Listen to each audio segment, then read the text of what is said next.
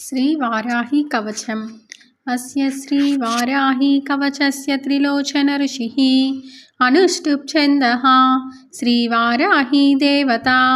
ॐ बीजं ग्लौं शक्तिः स्वाहेति कीलकं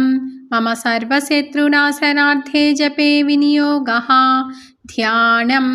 ध्यात्वेन्द्रनीलवर्णाभां चन्द्रसूर्याग्निलोचनां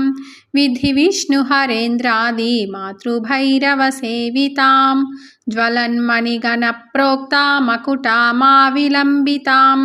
अस्त्रशस्त्राणि सर्वाणि तत्तत्कार्योचितानि च एतैः समस्तैर्विविधं बिभ्रतिं मुसलं हलं पात्वाहं श्राह्णि कवचं भुक्तिमुक्तिफलप्रदं पठेत् त्रिसंज्ञं रक्षार्थं घोरशत्रुनिवृत्तिदम् वार्ताली मे शिरः पातु घोराही फालमुत्तमम् नेत्रे वराहवदना पातु कर्णौ तथाञ्जनी ग्रानं मे रुन्धिनी पातु मुखं मे पातु जम्भिनी पातु मे मोहिनी जिह्वां स्तम्भिनी कण्ठमादरात् स्कन्धौ मे पञ्चमी पातु भुजौ महिषवाहना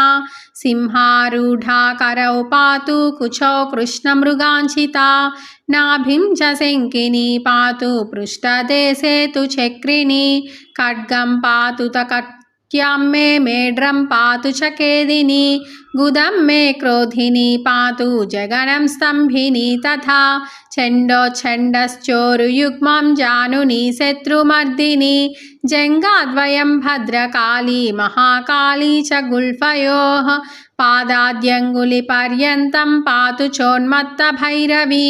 सर्वाङ्गं मे सदा पातु कालसङ्कर्षणी तदा युक्तायुक्तस्थितं नित्यं सर्वपापात् प्रमुच्यते सर्वे समर्द्य संयुक्तं भक्तरक्षणतत्परं समस्तदेवता सर्वं सव्यं विष्णोः पुरार्दने सर्वशत्रुविनाशाय शूलिना निर्मितं पुरा सर्वभक्तजनाश्रित्य सर्वविद्वेषसंहतिः वाराही कवचं नित्यं त्रिसंज्ञं यः पठेन्नरः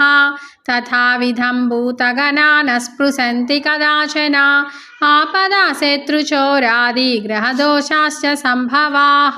माता पुत्रं यथा वत्सं धेनुः पक्ष्मैव लोचनं तथाङ्गमेव वाराही रक्षा रक्षाति सर्वदा इति श्रीरुद्रयामलतन्त्रे श्रीवाराही कवचं सम्पूर्णम्।